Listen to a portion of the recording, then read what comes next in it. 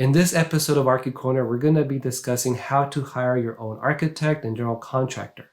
So, if you wanted to open your own office, whether it was a professional office, a dental office, a restaurant, whatever the case may be, and you're wondering what the process is, this is it. In this video, we're going to talk about the two main processes that are often discussed in the construction industry, which is the design build and also the design bid build process. First, let's clarify a few things. This is 2024, so depending on when you watch this, there may be new things that come up or not, but just have the date in mind. I am also located in Northern California, where most of my projects are primarily located at. However, the information that I'm about to discuss is very common and in fact should be relatively the same in most of the states, counties, and cities across the United States. However, if something is different and you live in another state or a county or city that might do things a little different, for the benefit of all the viewers, please post your comments on the comment section of this video. I am sure the thousands of followers that I have will benefit greatly from much of your input. So feel free to put your comments in the comment section of this video. So with that out of the way, let's get started. First thing to know is that in order to get a permit for a commercial project, you will need a team of people to work for you, and you will therefore need to hire. But who are they? At the very minimum, there will be two people that you will need to hire: the architect and the general contractor. Normally, you will hire the architect first. Why is this? The reason is that in order to get a signed contract with a general contractor, you will need to come to an agreement of how much you will pay him or her for their services. The general contractor, in turn, will not be able to provide you with a price until they are able to have a defined scope of work outlining the exact work you want them to do. That is why you need an architect. Your architect will provide a set of plans from which your contractor can provide a price. That is why the plans you get from an architect are very important.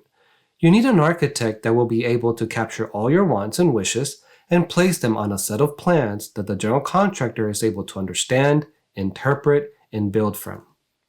This is where the design build and design bid processes are different. In my experience, many of my clients have a general contractor that they may want to use. Most of the time, it is because they already have a relationship with them. Perhaps it is a close friend they've known since they were kids. Whatever the reason, they just trust that general contractor and want to stick with them.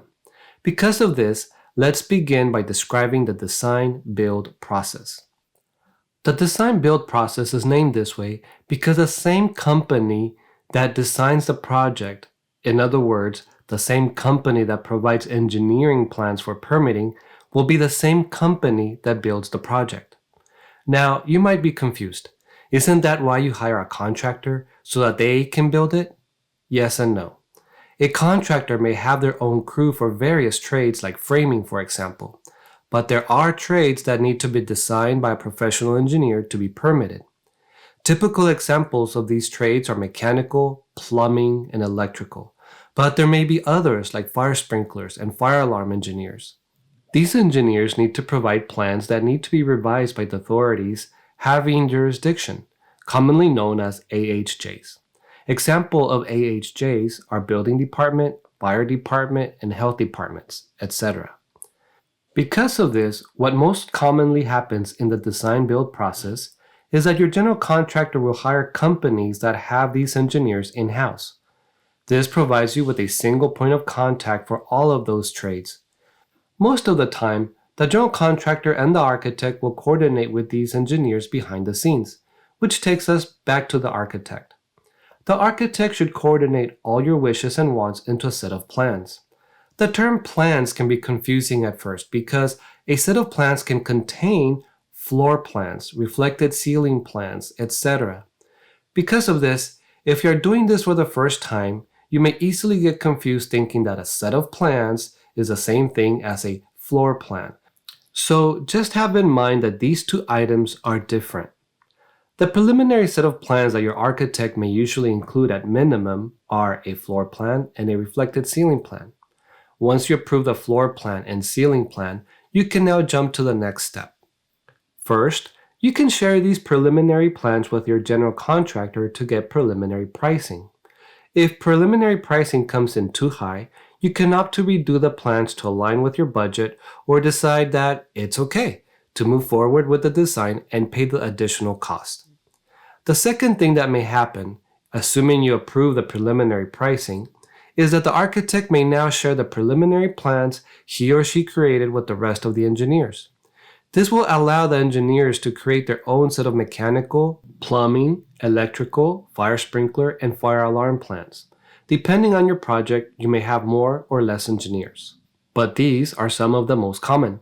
By the way, because mechanical, electrical, and plumbing are engineers that are so often needed, we often refer to the entire group of engineers as MEPs, although the acronym, once explained, may be defective. An example of another type of engineer you may need is a structural engineer. However, like an architect, structural engineers usually do not perform actual construction. They only offer professional services by means of engineering design. Because of this, it is common, although not always the case, that the structural engineer will be hired by the architect. Once the engineers and the architect are completed with their set of plans, they all send their plans to the architect. Depending on where you live and how the AHJ accepts plans, these plans may be physical printed copies or digital copies. In California, most jurisdictions accept digital copies, which makes things easier, but there are still a few AHJs that require hard copies be submitted. The architect will bundle all the plans together into a complete set, either as hard copy plans or a digital PDF, depending on the AHJ's requirements. In addition to actual plans, there may be what we call material submittal sheets that also need to be included in the submittal package. For example, the fire sprinkler engineer may need to include a cut sheet for the sprinkler heads that are being used in the project. In addition, there may be other items that are needed. For example, the structural engineer may need to include a set of structural calculations as part of their individual package. An architect will coordinate with each engineer and gather all the required items so the submittal process goes as smoothly as possible. Once the set is ready to be submitted for permit, the architect hands the complete set of plans, including all the material packages, calculations, etc., to the general contractor to be submitted for permit. It may be possible that the owner has a permit expediter who will do this for the project, or that the architect may hire one to do the permit submission if requested by the owner. One of the reasons you hire a contractor is because the AHJs require that you have construction insurance.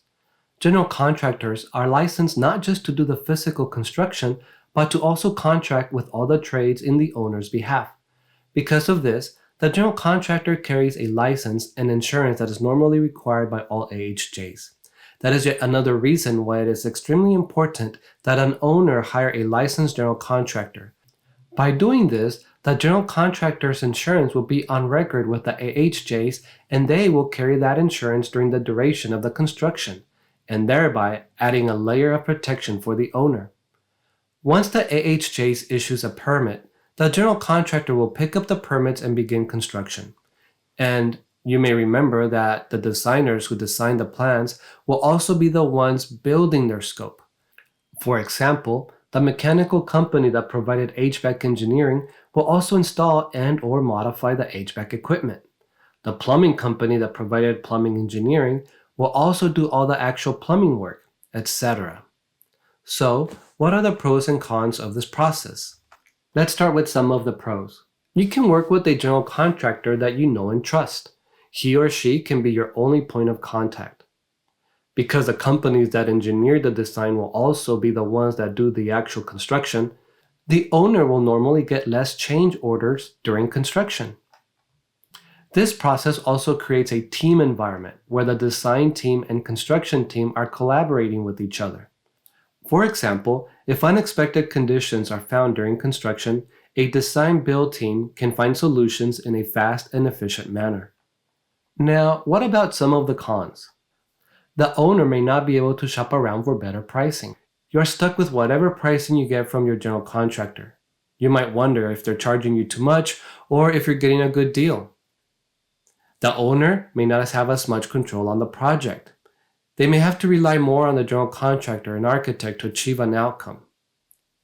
The owner may receive less transparency on budgets, cost breakdowns, and access to the general contractor's designers and/or contracts. Okay, so now let's discuss a design, bid, build option. In this option, the biggest difference is that a general contractor is not brought on board until the project has been completed by the architect and all the engineers. The owner must first hire the architect. The owner will also either hire all the engineers that are needed himself or have the architect hire them. The only exception to this is the fire sprinkler and fire alarm engineers. These engineers usually have a special license to design and install their own systems. Because of this, the general contractor will still contract with these two engineers.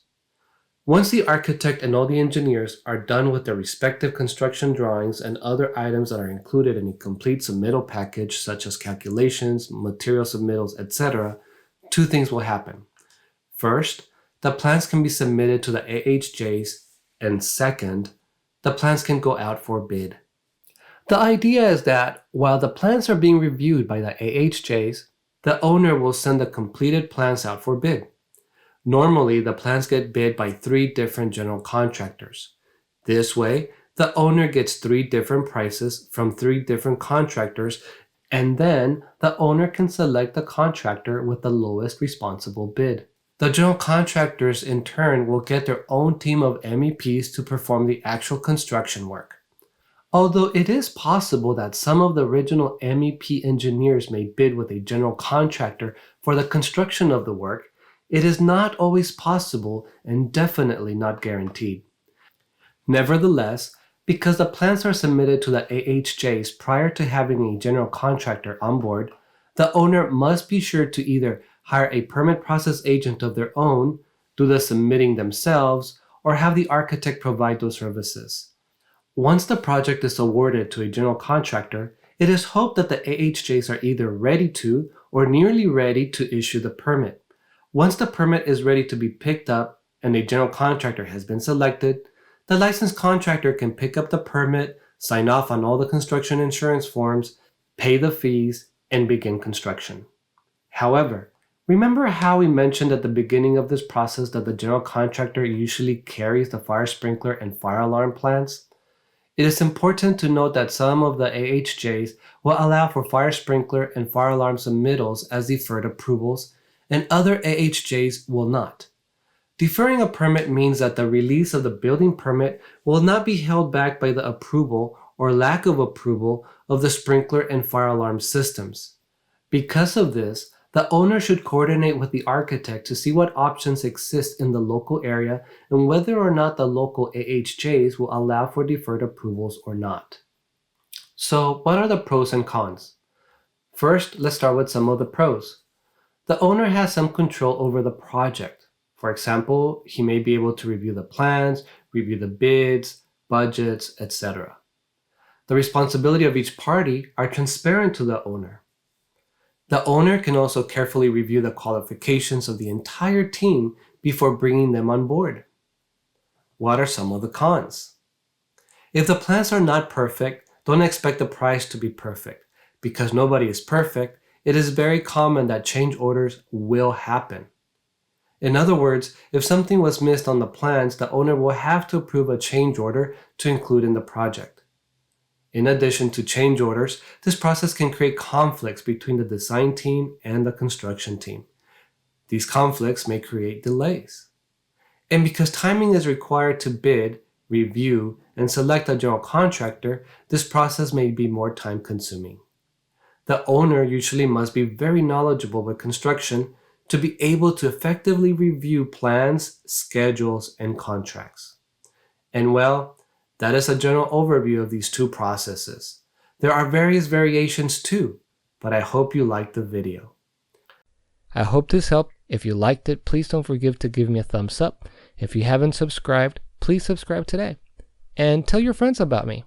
Share this video. Hopefully it'll help them too. But for today, that is all I have. Thank you for tuning in. This is Archie Corner signing out.